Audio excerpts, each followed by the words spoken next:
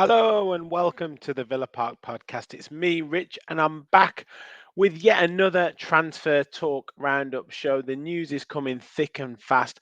Just a quick one today, talking about a returning Aston Villa player. It looks like that one is done, and a big name player potentially on his way to Saudi Arabia. Before we get into it, though, hit that like button, hit that subscribe button. We're marching on to 4,500 subscribers, on the road to 5K. If we could do it before the season starts, that would be just amazing. So hit that like button, hit that subscribe button, and get involved in the comments as well. Your thoughts on players coming in, players leaving Aston Villa. So let's talk about, I guess, the big news in terms of an outgoing. Moussa Diaby. Now, that news hasn't, it broke maybe 3 or 4 days ago that Al Ittihad, and it was Al Nasser that was bidding for him last season. So a different club in Saudi are looking to sign him, and it was said that he has actually agreed personal terms already.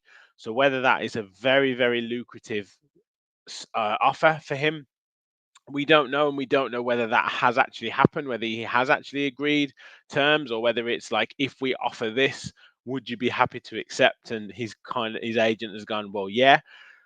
And now it's alleged that there's a 70 million euro deal on the table, or being prepared to go to Aston Villa, to see whether we would be prepared to accept it. Now, George and I were talking about this on the fans forum last night, so please do check out that show.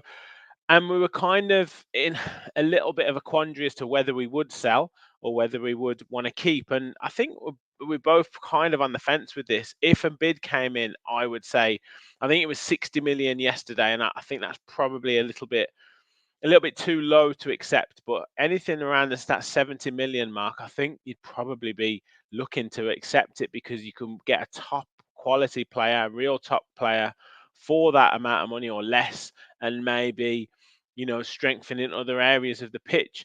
And yes, his stats were really good last season, but is he likely, that this is the thing that Unai will have to weigh up? Is he likely to really impress and really kick on in his second season? Yes, we've seen that with Leon Bailey, but that doesn't mean that Moussa Diaby is going to have the same turnaround. His stats were very good, particularly at the start of the season last season, but he tailed off terribly towards the end. Although he did come up with some really key moments. Me personally, I think I would like to see him stay, and I would like to see what he could do for his second season. But I can also see, if a bid came in around that 70 million mark, why we would be looking to potentially accept it. And you don't want players ultimately that don't want to be at the club. Now, I don't think that he would kick up a fuss. I think you've got an option of Champions League football with Aston Villa. You've got a great manager. You've got a team that's pushing for the top four, top six.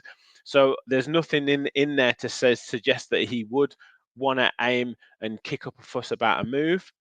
But equally, if he's offered a really, really, really lucrative salary, players have shown that they can still go out to Saudi and still compete at international level.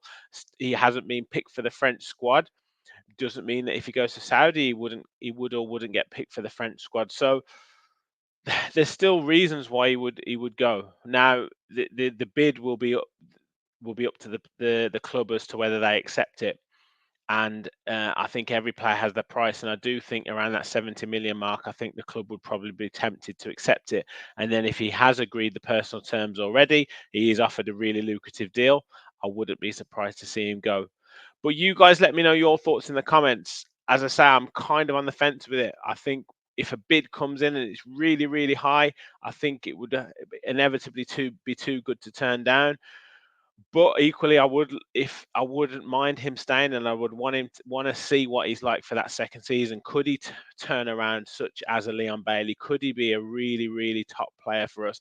Or does Unai not quite see where he maybe fits into the squad? He's not quite physical enough maybe to play in that number 10 role, or just off Ollie Watkins, and he's not consistent enough like a Leon Bailey in that wing position to impact games. And ultimately, is he going to be a player who's going to come on and change and maybe change a game or be a bit part player? He's probably too good for that. So I can certainly see both sides. But you guys let me know your thoughts in the comments on Moussa Diaby. And finally, the second player that we're going to focus on today is Jaden Philogene-Bidace.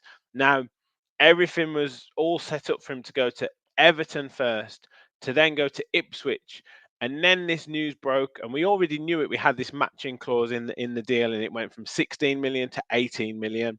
Then Villa went in to activate this matching clause at the request of Unai Emery, which was, I guess, a little bit of a surprise to Villa supporters because he let him go at the start of last season after having a really good preseason, and then it was revealed that we would have a 30% discount on whatever the agreed fee was. So when it was 18 million, that went down now to around 13.5 million.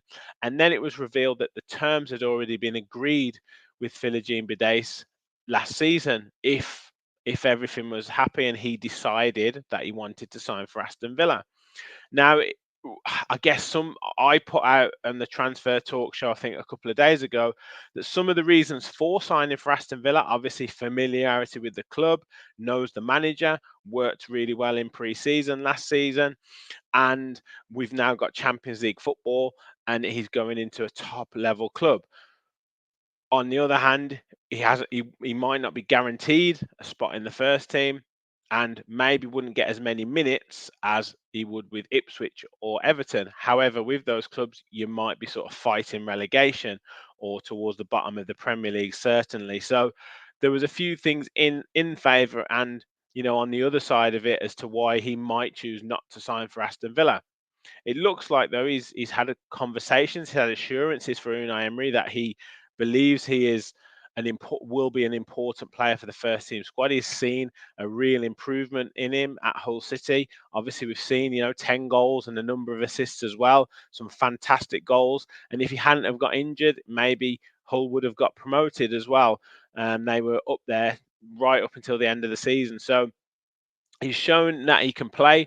We've also seen the likes of Morgan Rogers, who've gone from Championship into Premier League and really adapted. So why not Philogene-Bidace after that full season in the Championship? He's an England under-21 international as well. We've got Illing Jr. now. We've got Morgan Rogers. We've got Philogene-Bidace. Looks like this now. It's going to be confirmed in the next 48 hours after a medical. So we look like we're getting some real hot young talent, under-21 England, under-21 international talent to come through. And that's what you want. You want young, energetic. You want players playing with no fear. You've seen the likes of Kobe Manu go straight into the England team and be absolutely fantastic. You've seen players like Cole Palmer do the same thing.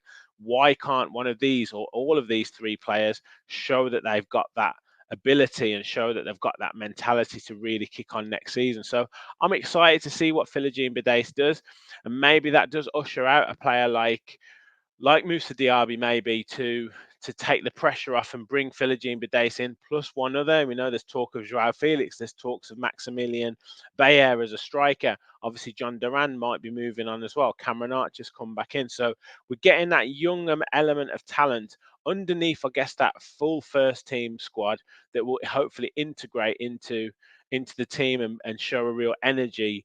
And if you can add in some real quality to that, I think the squad's looking really good. So 13.5 million deal, going to be confirmed in the next 24, 48 hours, as reported by Fabrizio Romano and one or two others.